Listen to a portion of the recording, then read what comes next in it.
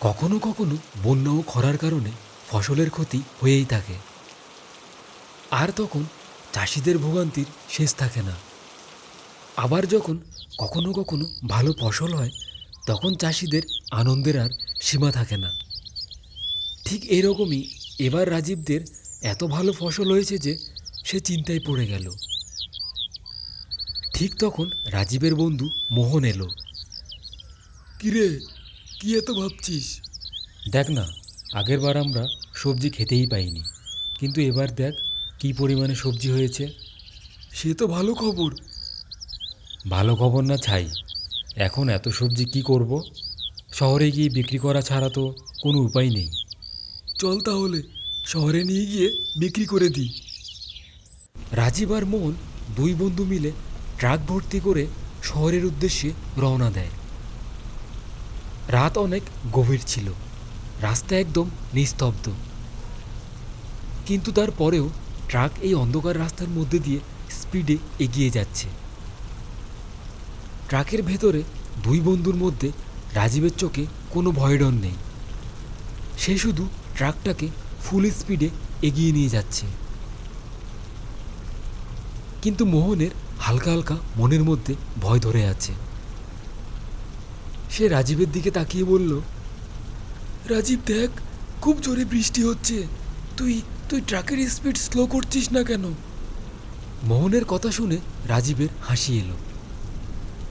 আরে মোহন, আমি বুঝতেই পারছি না তুই এরকম ভয় পাচ্ছিস কেন।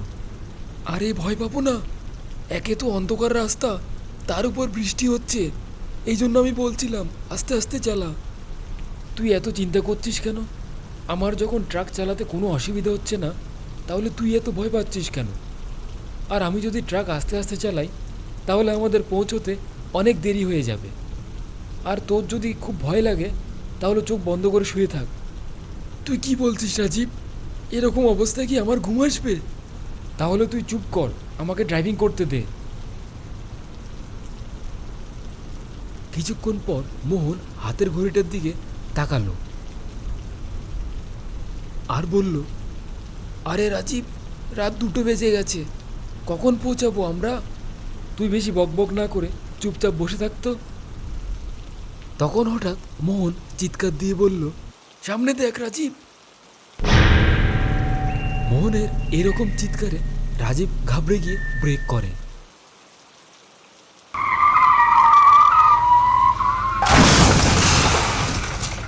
ট্রাকের স্পিড বেশি থাকার কারণে ট্রাক পাল্টে গিয়ে রাস্তার পাশে পড়ে যায়।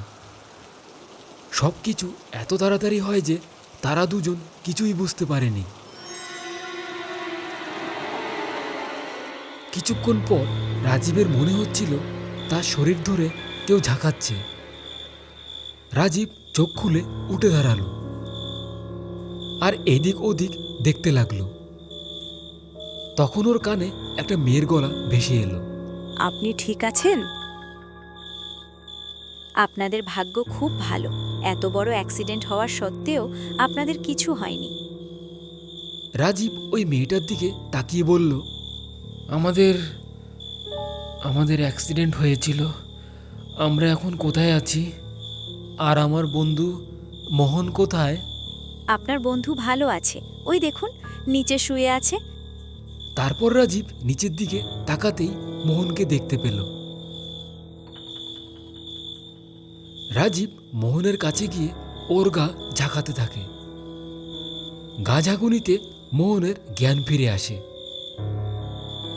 তারপর মোহন একটু রাগীভাবে রাজীবের দিকে তাকিয়ে বলল, আমি তোকে বারবার বলেছিলাম ট্রাক আস্তে চালা, আস্তে চালা। তুই তখন চিৎকার দিয়ে উঠলি কেন? তোর জন্যই তো এই অবস্থা। আমার আমার তখন মনে হচ্ছিল বড় একটা প্রাণী রাস্তা পার হচ্ছিল। কি বলছিস তুই? তুই কি পাগল হয়ে গেছিস? তোর চিৎকারের জন্যই তো আমি ব্রেক করি। বলেই রাজীব এদিক ওদিক তাকিয়ে চিন্তা করতে থাকে। কি হয়েছে? তুই কি ভাবছিস? আমাদের অ্যাক্সিডেন্ট তো রাস্তায় হয়েছিল, কিন্তু আমরা এখানে কিভাবে এলাম? তখন মেয়েটা বলল, ট্রাকটা আপনার রাস্তাতেই আছে, কিন্তু ট্রাকটার অবস্থা খুব খারাপ। আপনাদের দুজনকে আমি এখানে নিয়ে এসেছি। আমি ঠিক টাইম মতো ওখানে না থাকলে আপনারা মারা যেতেন। রাজীব তার পকেটে হাত বুলিয়ে বলল, যা, মোবাইলটা মনে হয় ট্রাকেই রয়ে গেছে। মোহন, তোর কাছে তোর মোবাইলটা আছে?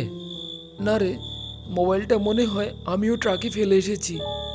মোহনের কথা শুনে রাজীব টেনশনে পড়ে গেল। এখন বাড়িতে কিভাবে জানাবো? তারপর মেয়েটার দিকে তাকিয়ে বলল, তুমি এত রাতে এই রাস্তার ধারে কি করছিলে?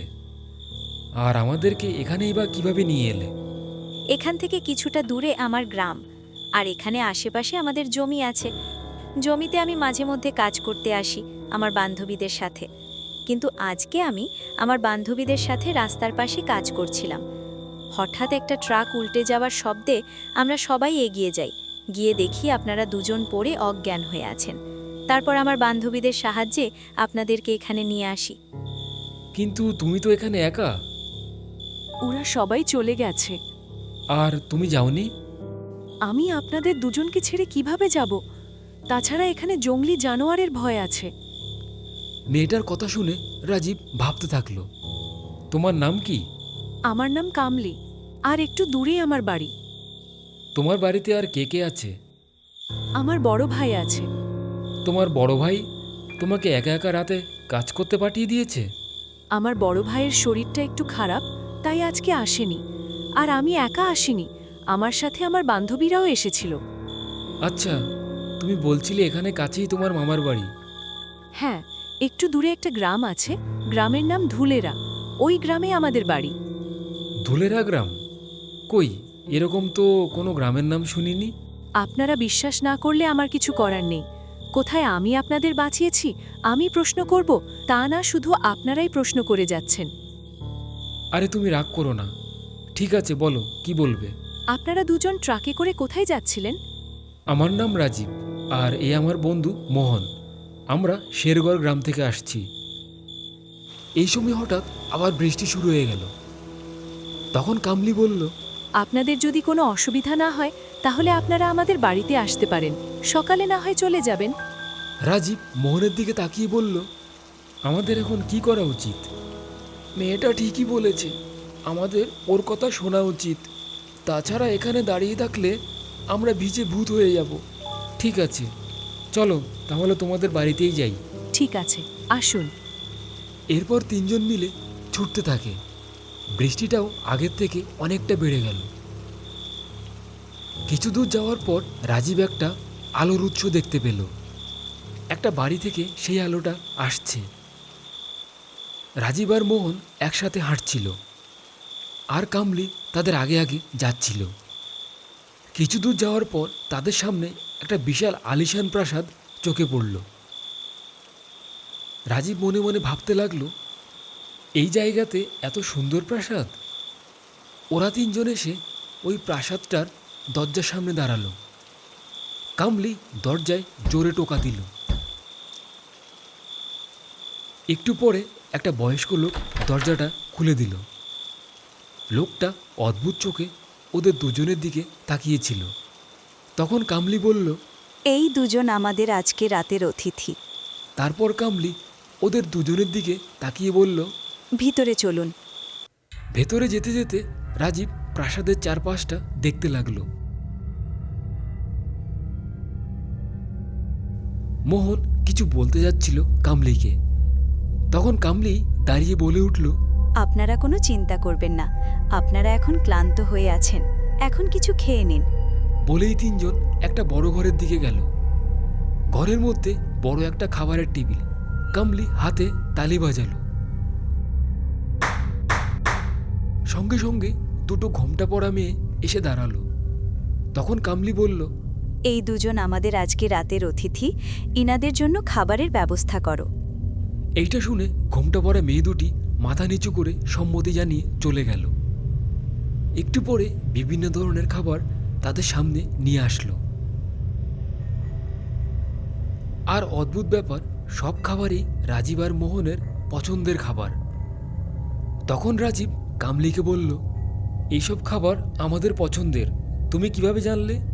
কামলি হেসে বলল, আমরা তো সাধারণত এইগুলোই খাই। যাই হোক, আগে আপনারা খাবার খেয়ে নিন, তারপর কথা বলা যাবে।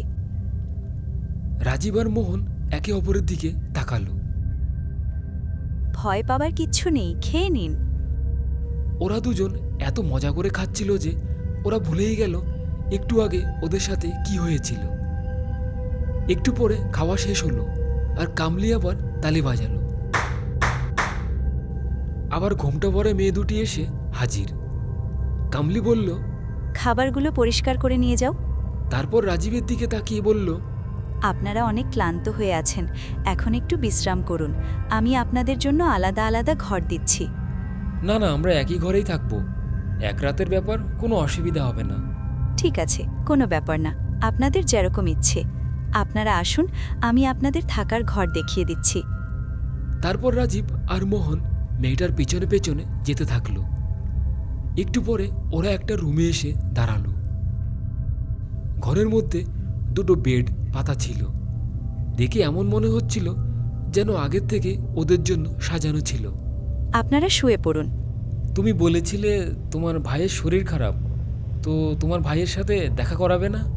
ও এখন শুয়ে আছে, এখন ওকে বিরক্ত করতে চাইছি না। একটু পরে সকাল হয়ে যাবে, সকালে আপনাদের সাথে দেখা করছি। ঠিক আছে, থাক, কালকে সকালে দেখা করব। আর হ্যাঁ, আমি যাওয়ার পর দরজা ভালো করে বন্ধ করে দেবেন, আর আমি ছাড়া অন্য কেউ ডাকলে সাড়া দেবেন না। এটা বলে কামলি চলে যায়। রাজীব দরজা ভালোভাবে আটকিয়ে মোহনকে বলে, কিরে মোহন, তোর কি কোনো সন্দেহ হচ্ছে না? আমি তো কিছুই বুঝতে পারছি না। ঠিক আছে, চল, এখন আর ভেবে কোনো লাভ নেই, যা ভাবার সকালে ভাবা যাবে। রাজীব বিছানায় শুয়ে ঘুমাচ্ছে। হঠাৎ একটা ঠান্ডা হাওয়ায় রাজীবের ঘুম ভেঙে গেল। বিছানায় উঠে বসে এইদিক ওদিক তাকিয়ে মোহনকে ডাকতে লাগলো, মোহন, মোহন। কি কি হয়েছে রাজীব? ঘরের মধ্যে কেমন একটা ঠান্ডা বাতাস বইছে না? হ্যাঁ, কেউ মনে হচ্ছে নিঃশ্বাস নিচ্ছে। হঠাৎ দরজার দিকে তাকাতে তাদের চোখ ছানা ভরা হয়ে গেল। কামলি দাঁড়িয়ে আছে চোখ লাল করে। কামলি, তুমি? দরজা তো ভেতর থেকে বন্ধ, তুমি কিভাবে ভেতরে আসলে?